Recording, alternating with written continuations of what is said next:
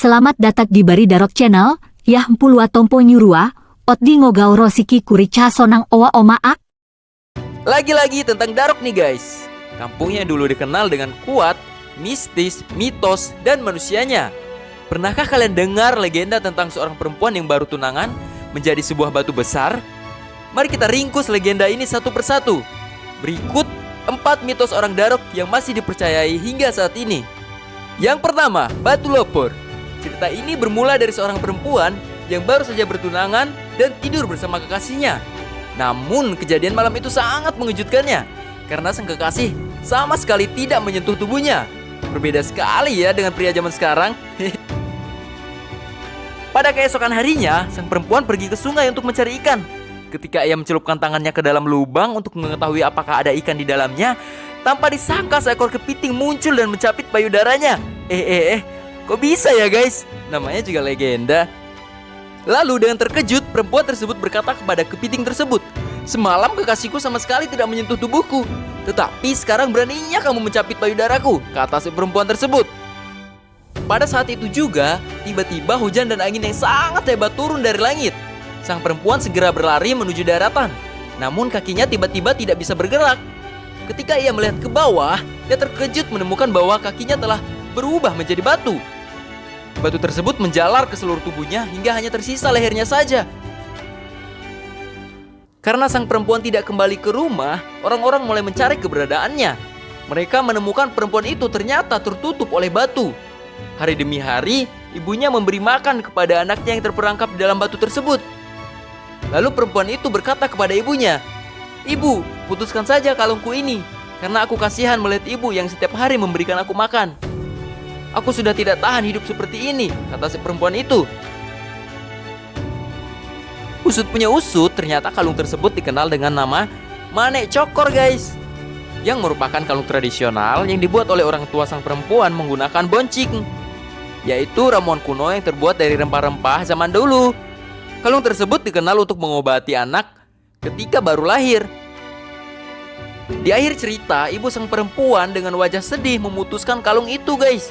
Batu yang menjalar ke tubuh sang anak pun menutupi kepalanya dan menjadikannya batu utuh. Yang kedua, legenda Botanyanggo tahun 1962. Pada tahun 1962, masyarakat Kampung Darok memiliki kepercayaan yang kuat kepada Botanyanggo, sebatang kayu yang dianggap sebagai penjaga kampung. Kayu ini ditanam di perbatasan antara Kampung Darok dengan kampung lainnya. Asal mula kepercayaan ini berawal dari sebuah peristiwa yang melibatkan seorang laki-laki yang bernama Mpanyeh. Pada suatu hari, Mpanyeh sedang menjala ikan di sungai. Ketika ia mencoba memasang jala di dalam air, sebuah batang kayu tiba-tiba menghalangi dan mengganggu upayanya itu. Setiap kali ia mencoba memasang jala dengan baik, kayu itu selalu muncul dan menghalanginya. Akhirnya, Mpanyeh memutuskan untuk membuang kayu tersebut dan pulang ke rumah. Pada malam itu, Mpanyeh bermimpi tentang seorang yang berbicara kepadanya. Orang tersebut mengatakan, "Ambillah kembali kayu yang telah kamu buang tadi. Simpanlah dengan baik dan tanamkan itu di ujung kampung ini. Kayu ini sangatlah berguna untuk menjaga kampung ini dari segala macam kejahatan, wabah, dan segala yang buruk di kampung ini." Setelah terbangun, Mpanyeh kembali mengambil kayu tersebut dan membawanya pulang. Bagi kalian yang belum tahu, kayu ini memiliki tingkat kesakralan yang tinggi loh guys, sehingga tidak boleh ada yang berani membuangnya.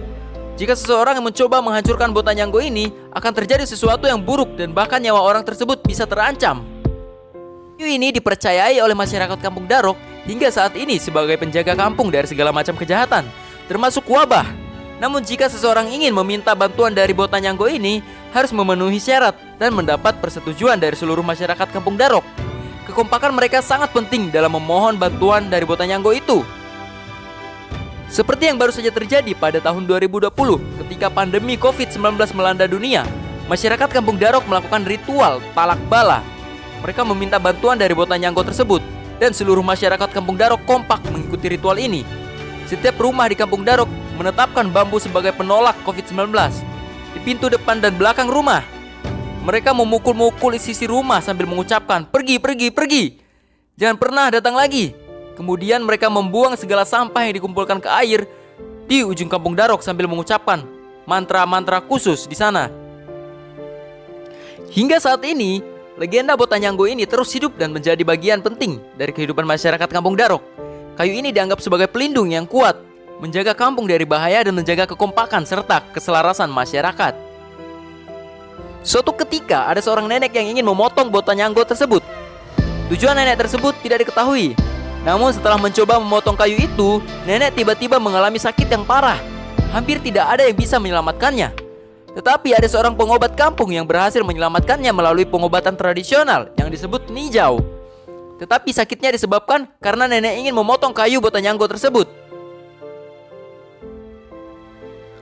3. Botuh Buranggip, kesatria yang mengalahkan kejahatan. Pada suatu ketika hiduplah seorang bapak yang memiliki seorang anak. Dan suatu waktu bapak tersebut pergi mencari belalang towo, belalang yang sering terlihat di daun jagung.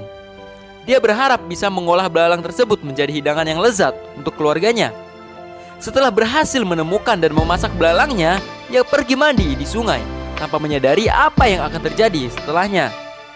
Tidak disangka-sangka ada momen yang tidak terduga. Ketika bapak tersebut kembali ke rumah, ia melihat dengan terkejut bahwa mangkuk yang berisi belalang tersebut sudah kosong. Dan ternyata anaknya yang paling kecil telah melahap semua belalang tersebut tanpa meninggalkan sisa sedikit pun. Sang bapak pun merasa lapar dan tidak ada makanan yang bisa dinikmati lagi. Dalam keadaan kelaparan, ia pun memutuskan untuk pergi ke hutan. Di tengah-tengah kelaparannya, tak lama kemudian seorang yang melintas melihat bapak tersebut sudah menjadi korban batu beranggip. Batu misterius ini seolah-olah memakan bapak tersebut, tetapi hanya sampai pinggangnya saja. Dengan begitu, orang-orang mendapat mengetahui nasib malang yang menimpa bapak itu.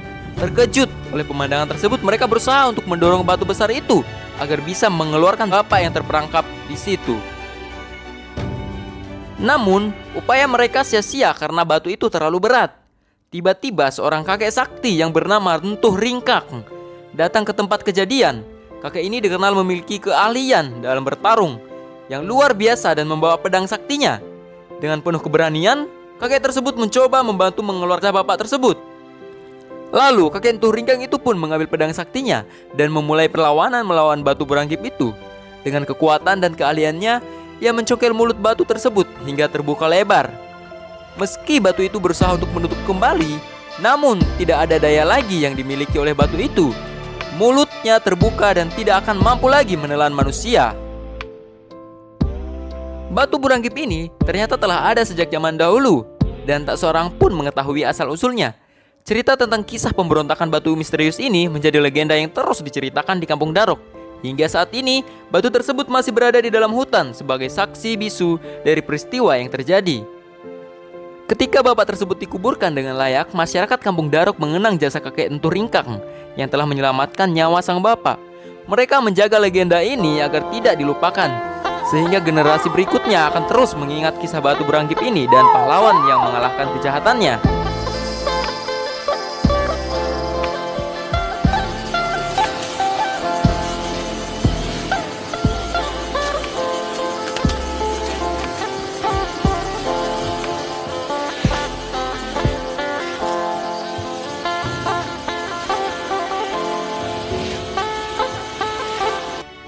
Empat, Batu Guno. Batu Guno adalah sebuah batu yang memiliki keistimewaan yang luar biasa. Batu ini dapat bergerak dengan leluasa di dalam air. Di sini, kita akan memperoleh wawasan tentang keistimewaan batu ini dalam perjalanan hidupnya. Guno, begitulah batu ini dipanggil oleh penduduk setempat. Nama ini memiliki arti berguna, karena batu ini dianggap sangat bermanfaat oleh mereka. Batu Guno memiliki ciri khas yang sangat berbeda dengan batu biasa. Ia memiliki warna gelap, kehitam-hitaman, permukaannya halus, dan mengkilap. Namun, batu ini tidak bisa disentuh atau diambil oleh sembarang orang. Ada sebuah mantra yang harus diucapkan dan persembahkan kepada Batu Guno agar seorang dapat mengambilnya. Hanya orang yang telah memenuhi syarat ini yang dapat merasakan manfaat batu ini. Kisah ini dimulai dengan seorang yang bernama Entuh Lumit. Ia membangun sebuah lumbung padi menggunakan kayu jonger. Lumbung itu memiliki beberapa pantangan yang harus diikuti agar terjaga kelestariannya. Salah satunya adalah tidak membuang sisa-sisa kayu dan hanya boleh masuk dan keluar melalui tangga. Tulumit dengan tekun membangun lumbungnya, tetapi tidak sengaja ia membuang salah satu sisa kayu di sekitarnya. Tanpa disadarinya, kayu yang ia buang itu kembali ke tempat semula. Kejadian ini berulang beberapa kali hingga Tulumit memutuskan untuk membawa kayu tersebut pulang ke rumahnya. Setelah sampai di rumah, Tulumit tidur dengan tenang. Ia pun bermimpi tentang sosok yang berbicara tentang kayu tersebut. Sosok itu mengatakan, simpanlah batu ini dan jagalah dengan baik, karena batu ini sangatlah berguna. Tulumit terbangun dari mimpinya dan melihat kayu yang ia bawa pulang telah berubah menjadi batu. Kisah ini benar-benar terjadi di Kampung Darok, dan batu Guno masih ada hingga saat ini. Kadang-kadang batu ini muncul di sungai, namun orang-orang hanya berani melihatnya dari kejauhan, dan tidak ada yang berani menyentuhnya. Batu Guno muncul, pergi sesuai kehendaknya. Kadang-kadang batu ini mengapung di permukaan air, kadang juga tenggelam, dan terkadang ditumbuhi lumut kecil yang indah. Dan begitulah cerita tentang batu Guno di Kampung Darok. Keberadaannya yang misterius dan keistimewaan yang luar biasa membuat menjadi legenda yang harus diceritakan oleh penduduk setempat. Bagi mereka, batu ini adalah simbol kekuatan alam yang harus dihormati dan dijaga dengan baik. Oh ya guys, legenda ini ditulis berdasarkan wawancara terhadap seorang tokoh masyarakat di subsuku Darok loh, yang hidupnya lebih lama di kampung tersebut, yaitu Bapak Likin.